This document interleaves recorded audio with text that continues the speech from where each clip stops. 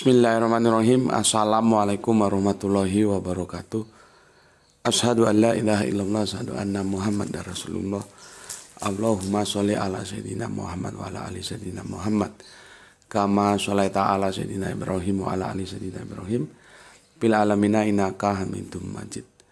Sebelumnya kita panjatkan dahulu doa kepada Gusti Allah yang Maha Agung untuk saudara-saudara kita yang telah memberikan sholawatnya kepada channel dakwah ini ya.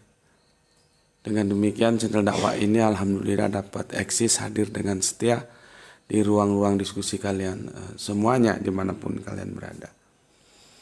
Tentu dengan sebuah harapan tentunya semoga sholawat itu menjadi catatan langit amal soleh bagi mereka dan keluarganya kelak, dan insya Allah Allah akan membalaskannya dengan balasan yang lebih baik lagi. Berikutnya, untuk seluruh pewer terkasihku dimanapun kalian berada, di mancanegara maupun di dalam negeri, terima kasih atas apresiasinya. Semoga selalu always dan tidak pernah never tetap bertumbuh menjadi yang anti skip dan anti download. Ya, bagi yang berkenan silahkan saja di share link-link kajian dari channel dakwah ini. Linknya ya, jangan diunduh, dipotong-potong gak karuan lalu diunggah ulang, jangan ya. Nanti bisa jadi tak teratur ya, nggak sistematik.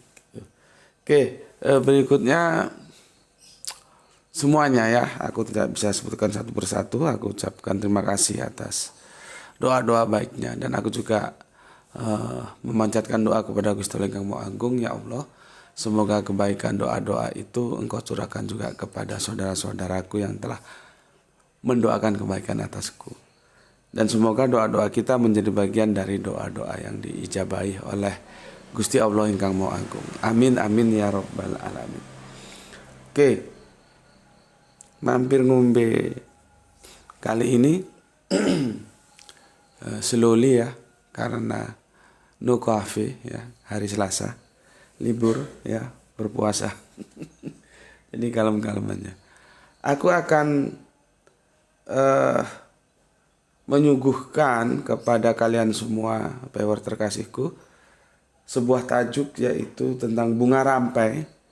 Bunga rampai penafsiran Quran surat Saba, itu surat yang ke berapa? 34 ya. Surat Saba surat yang 34, khususnya ayat yang 24.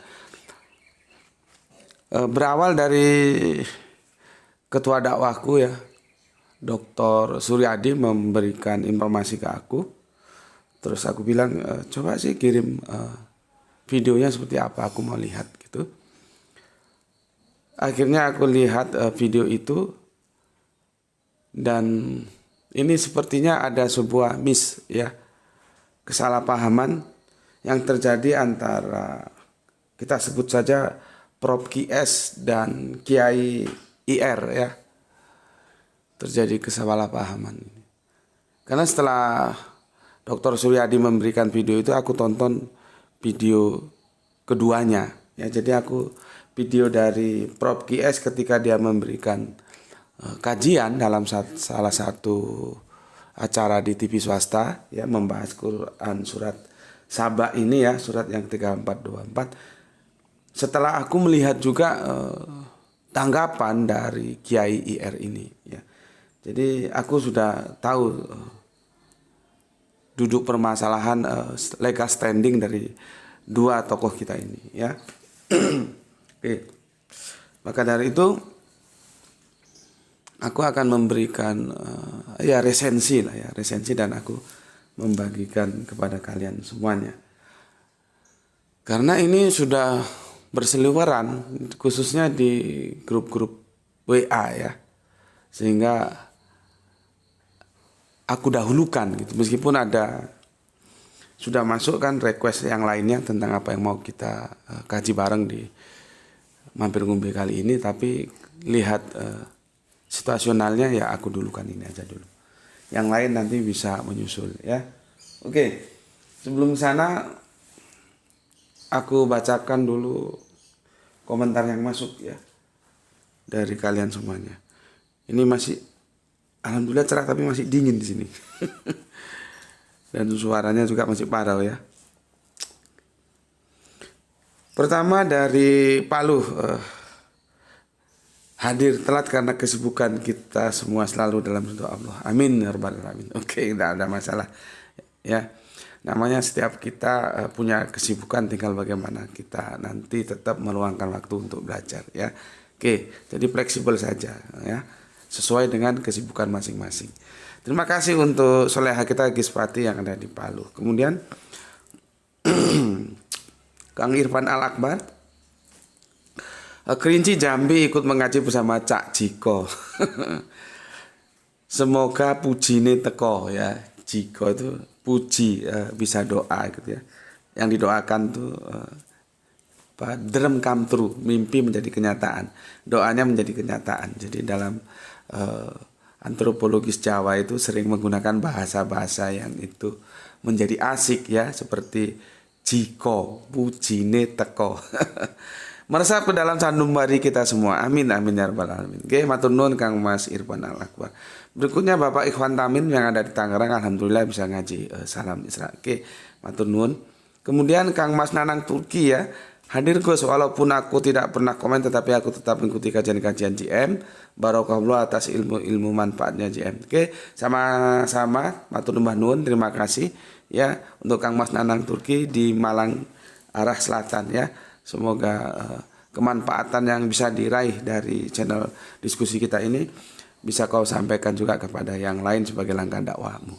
Oke, matur nuwun, salam Isra untuk keluarga di sana semuanya. Matur nuwun Kang Mas Nanang Turki. Berikutnya Penghobi Borneo Kaltim.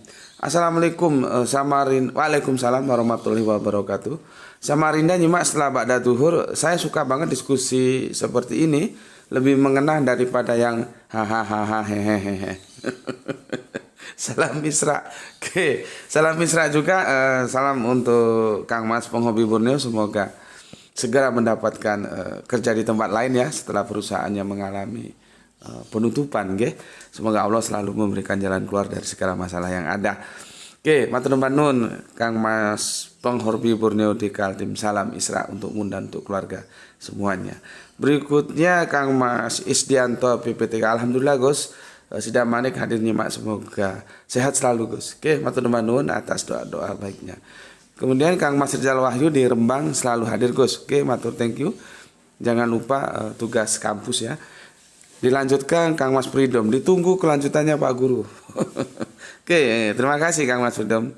Oke, Empu di 99 hadir Gus. Oke, matur thank you. Kang Arif Muksinin Tuban siap hadir Gus. Oke. Nah, ini Kang Mas Samsul Yatim Pandaan nyimak Gus, monggo. Kemudian kita ke siapa ini? Kang Mas Muhammad Bintang Ramadan, semoga sudah sembuh ya, recovery. Assalamualaikum, waalaikumsalam. Gus, Kemayoran selalu hadir. Oke, monggo. Izin bertanya, Quran surat An-Nur 26, wanita-wanita yang keji hanya untuk laki-laki yang keji, dan laki-laki yang keji hanya untuk wanita-wanita yang keji pula, dan wanita yang baik adalah untuk laki-laki yang baik, dan laki-laki yang baik adalah untuk wanita yang baik pula. Nah, pertanyaannya Gus, jika wanita keji hanya untuk pria yang keji, ataupun sebaliknya, dan wanita yang baik hanya untuk pria yang baik, begitu juga sebaliknya. Pertanyaan saya, kenapa Nabi Nuh dan Nabi Lut yang baik bisa mendapatkan wanita yang buruk Gus? Mohon pencerahan. Nabi siapa ini? Nabi Nuh dan Nabi Lut. Oke, ini bagus pertanyaannya, cuman nanti ya, tolong nanti kalau aku lupa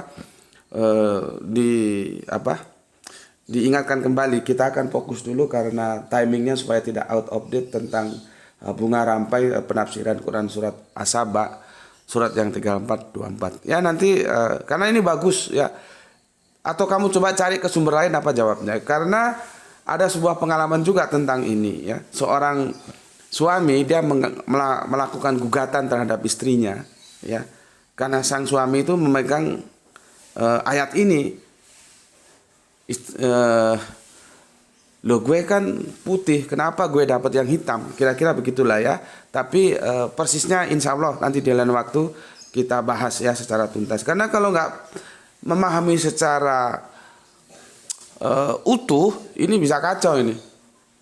Terus nanti kalau nggak mendapatkan penjelasan nanti menyalahkan bahwa Al-Quran berarti salah. Katanya laki-laki baik dapat laki-laki baik, perempuan buruk dapat laki-laki buruk. Ini gue sudah baik kok dapat yang buruk ini. Gimana ini Al-Quran? Nah, kan jadi gitu. Ya. Oke. Insya Allah nanti ke depan akan kita beberapa hari ke depan atau 1, 2, 3 hari kita lihatlah kondisinya ya. Kalau aku lupa nanti ditagih lagi. Tapi coba kamu tanya ke sumber lain. Ya, karena ini kalau nggak ngerti statistik nggak bisa jawab ini. Mau kiai, mau profesor, mau dokter, mau teteh bengek, kalau nggak ngerti statistik nggak bisa jawab. Ya, oke, terima kasih. Kemudian untuk El Diablo Bandung hadir ke, terima kasih Kang Hari Sunandar ke, terima kasih. Ima dedemitan, ya dedemitan itu ngumpet.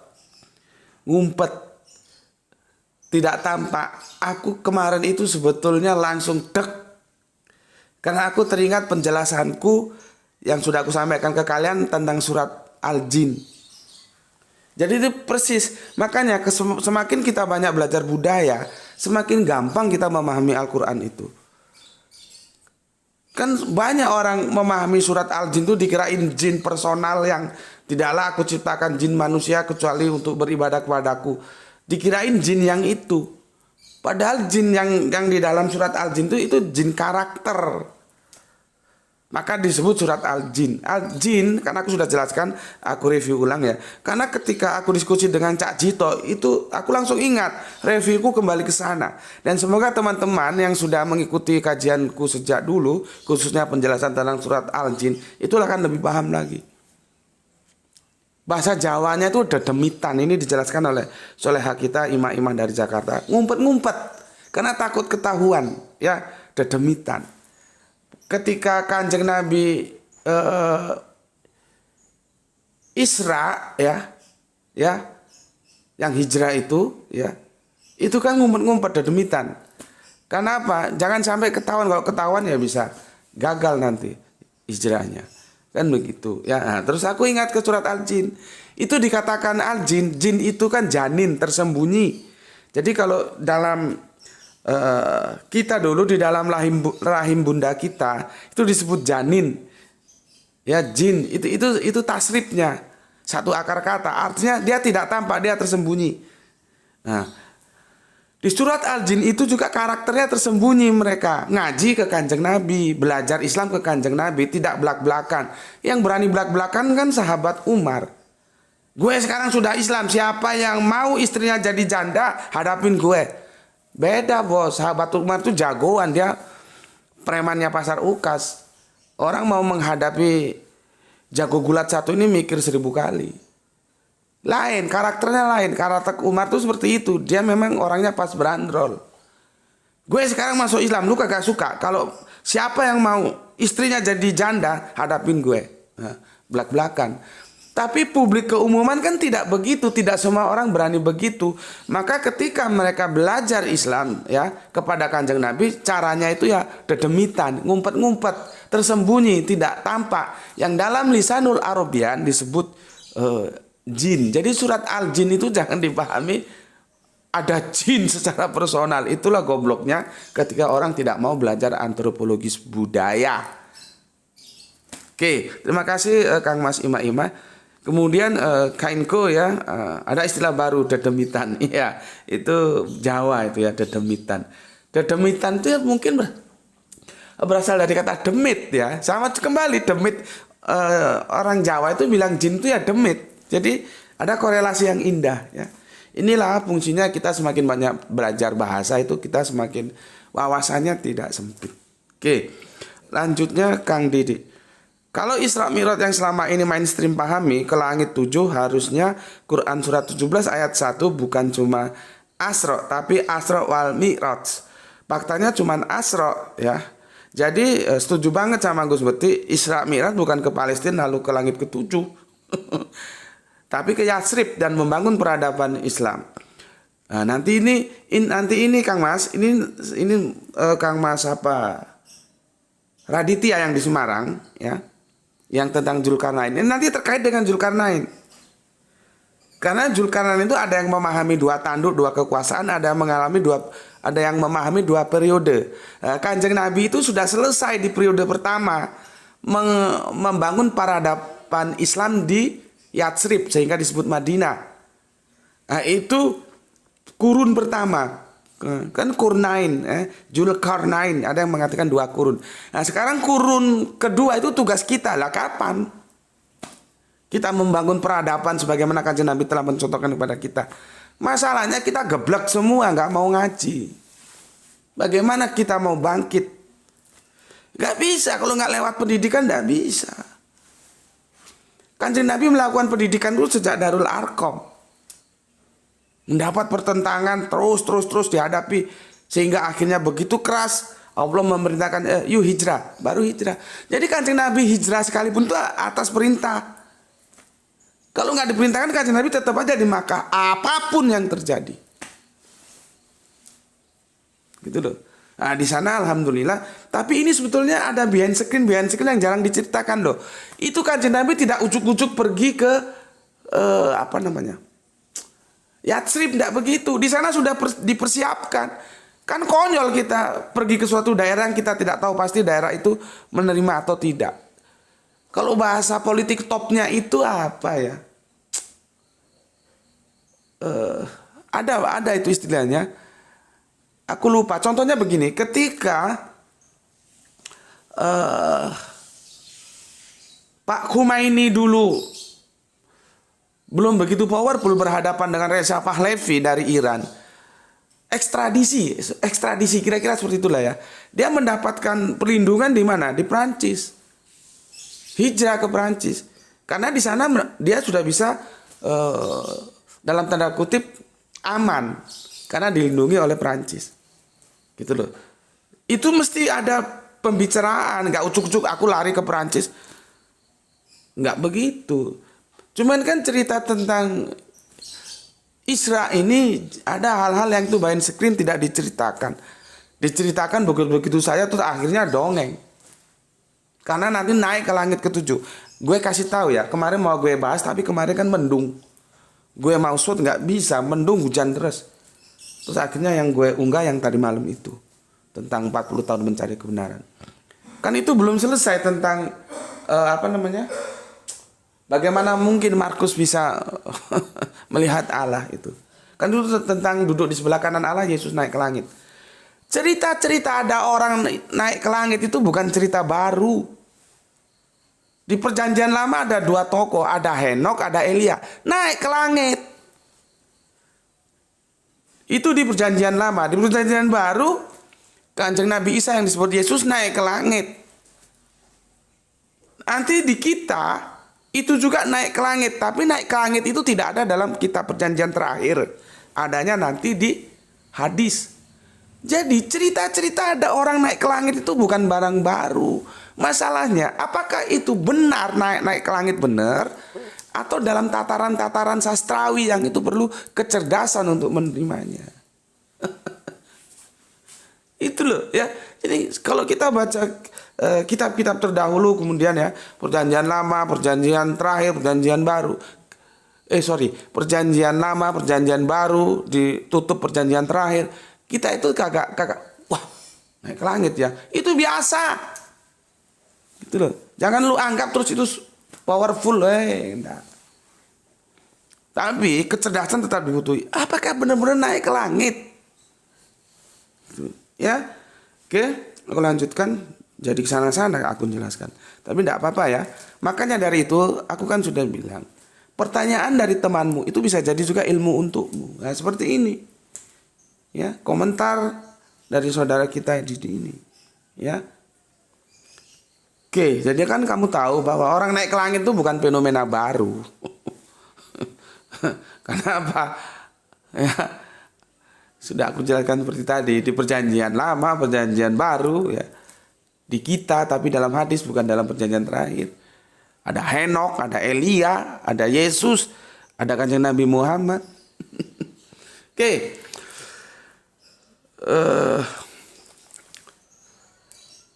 Begini, dari mana ini titik komanya? Di mana ini tadi?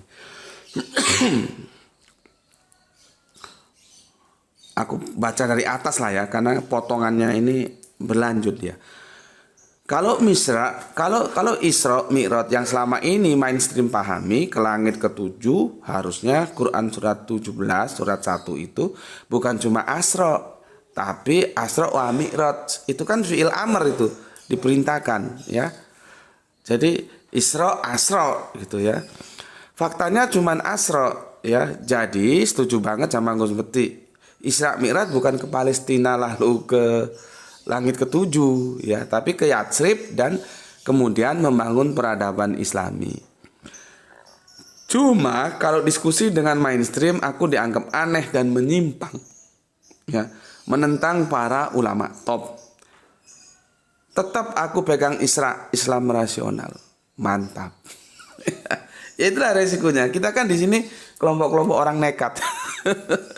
Kita selalu melakukan kontrol terhadap pemahaman mainstream ya, yang salah tentunya. Ya kita bilang salah, tetapi kan kita juga harus benarkan, jangan hanya menyalahkan tanpa membenarkan.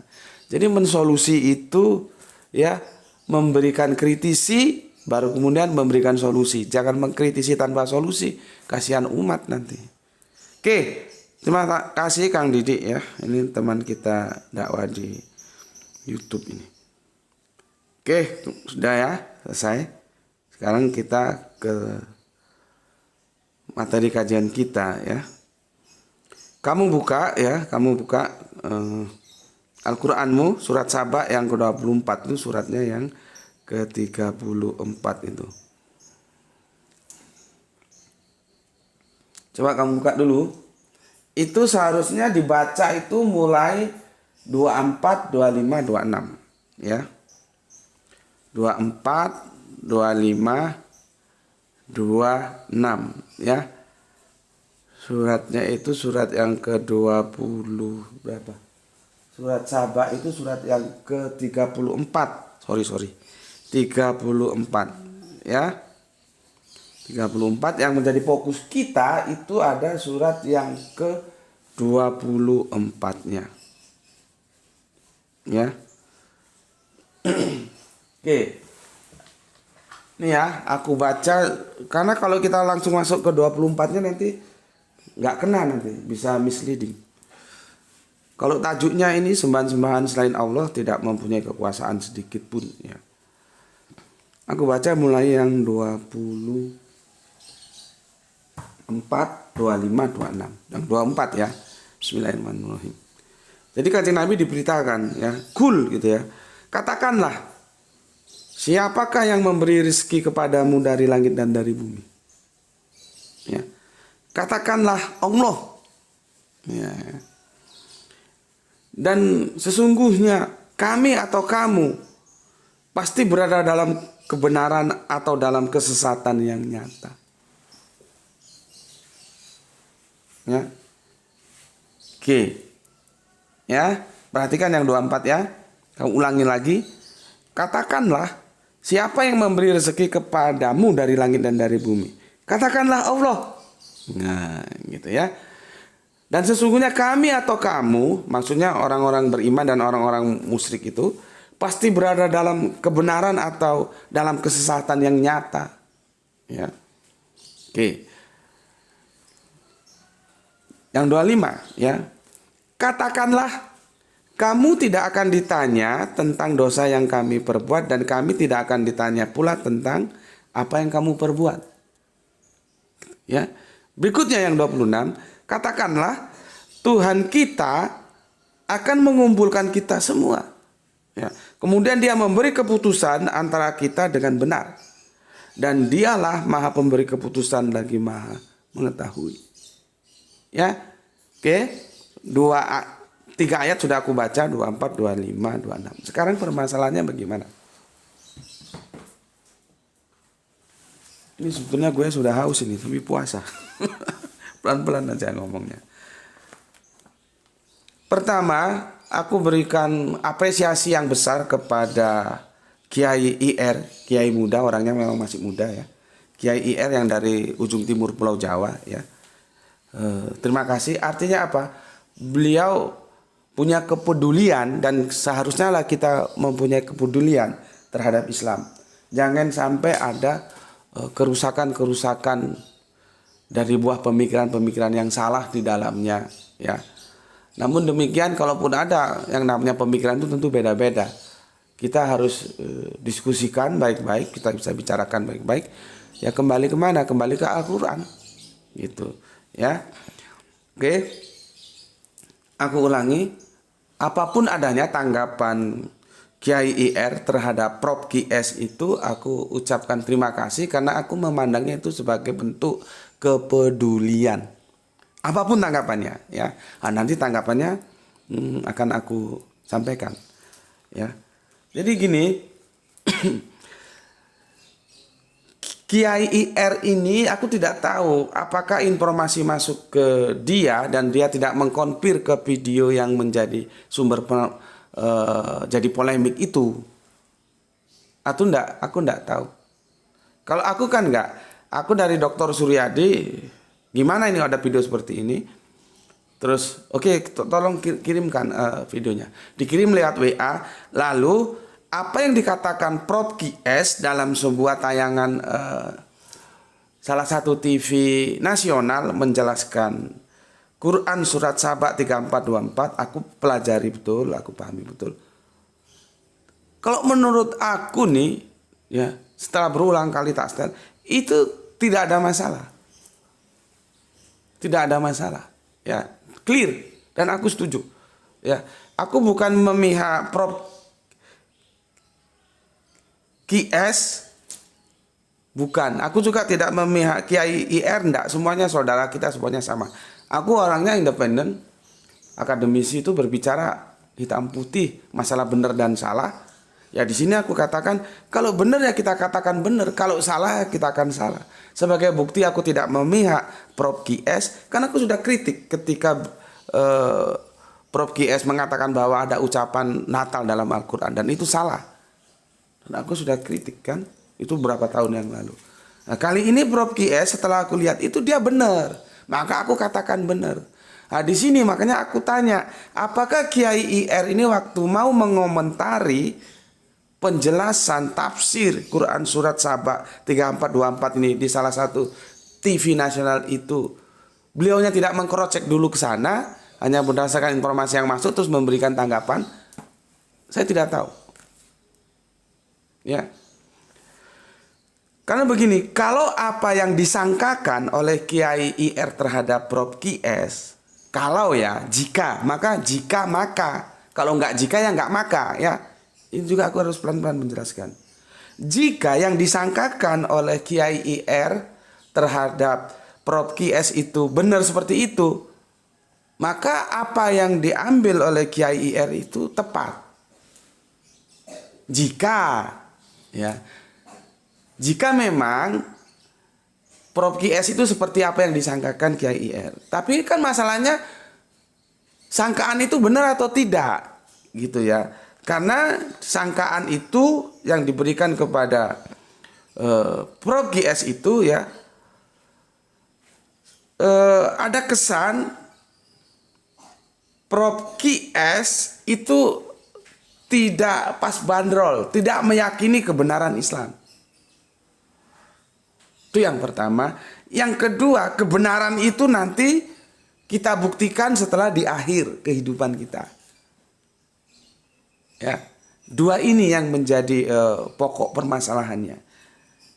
Tetapi apakah Prof QS seperti itu?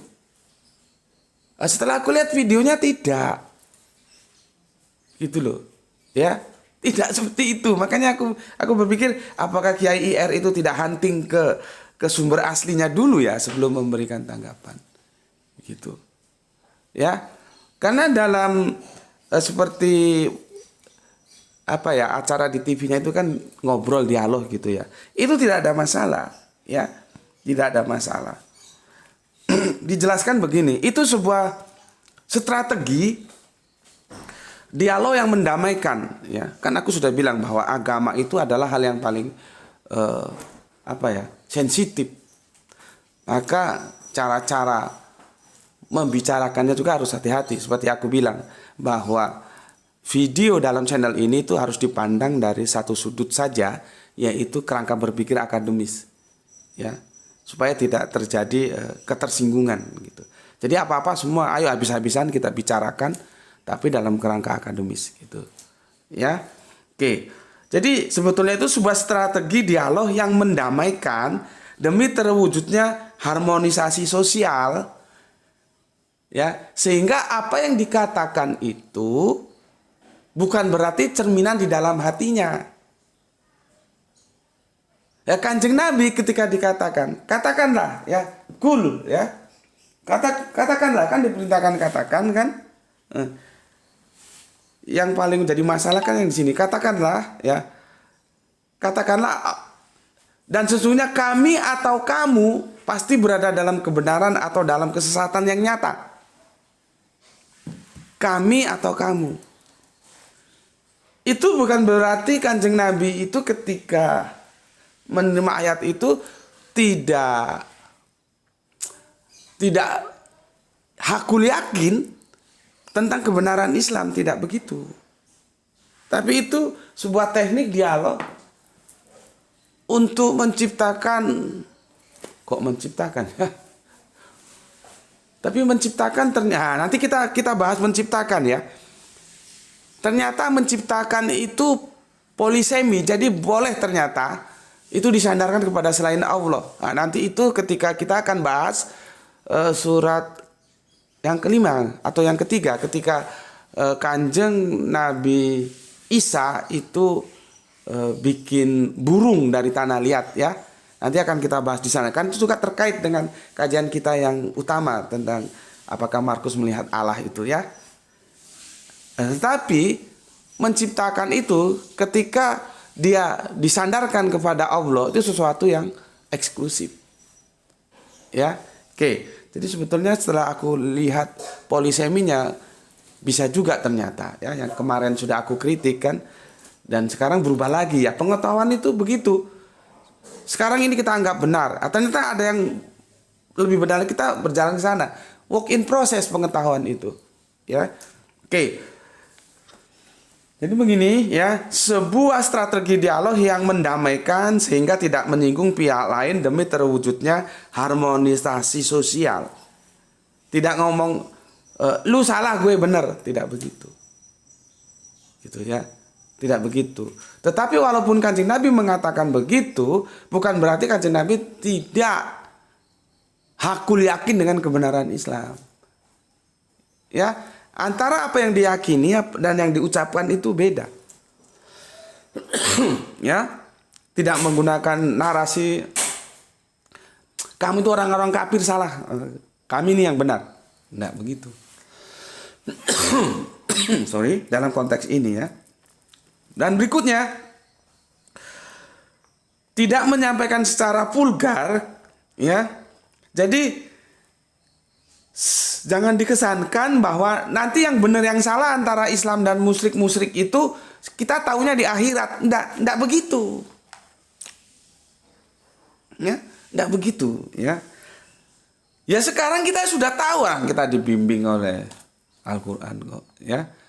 Jadi jangan dikesankan pertama ya, Prof. QS ini menafsirkan bahwa pertama nih ya, kita ragu dengan keimanan Islam kita. Yang kedua, untuk membuktikan Islam atau kaum musyrik itu yang benar itu nanti setelah di akhirat. Enggak begitu. Ya. Oke. Yang jadi masalah nih ya, kita kan ketemu tulisan. Ketika kita menemukan tulisan itu kita kurang mendapatkan informasi yang jelas. Karena dalam bahasa dialog itu body language itu ikut menentukan makna. Ya, itu yang pertama. Yang kedua, selain body language, intonasi itu menentukan makna juga. Itu bahasa dialog. Kalau bahasa lagu tidak. Mau apa saja ya itu artinya. Makan. Itu bahasa dialog berubah makna. Tapi kalau dalam bahasa lagu makan. Yo mangan gue, gak berubah. Ya. Nah masalahnya kita berhadapan dengan teks. Sama dengan ya ayyuhal kafirun. Kita kira-kira disampaikan tuh mendayu-dayu atau gimana? Kok menurutku enggak. Mesti tegas itu. Karena konteksnya mendukung ketegasan. Ya ayyuhal kafirun. Begitu, bukan ya ayyuhal kafirun. Enggak begitu. Ya. Tapi seperti tadi kita tidak ketemu karena kita saat itu ya belum ada. Masih janin juga belum, masih di awang-awang ya. Seandainya kita hadir pada saat itu, kita tahu body limit Kanjeng Nabi itu seperti apa. Karena ada dua kemungkinan ini. Ya, ada dua kemungkinan, disampaikan secara tegas tapi dikemas dalam bahasa yang tidak saling melukai, atau disampaikan secara teduh. Tergantung body limitsnya. Seperti gini. Gue misalkan sama teman gue ngomong, ya sudah gini aja, lu sama gue sekarang adu cepat lari. Siapa yang nanti paling cepat larinya? Nah itu berarti gue dalam tanda kutip menantang. Karena gue tegas ngomong, sudah gini aja, sekarang lu sama gue lari, nanti kita tahu siapa yang paling cepat larinya sampai di garis finish, kita tentukan. Ya, itu dalam tanda kutip menantang, itu tegas, bahasanya tegas. Dan itu bukan berarti gue tidak yakin dengan kecepatan gue, justru gue yakin bahwa dia mesti kalah cepat lari sama gue, gitu loh. Jadi antara keyakinan dalam hati gue dengan lisan yang gue sampaikan itu beda. Ya. Paham di sini ya? Itu dengan mimik, dengan body language yang begitu tegas. Ya. Tapi kalau ini ada juga kemungkinan lain tidak. Ya gini aja lah. Coba kita lari. Lari nanti kan tahu siapa paling cepat, aku atau kamu menempuh garis finish.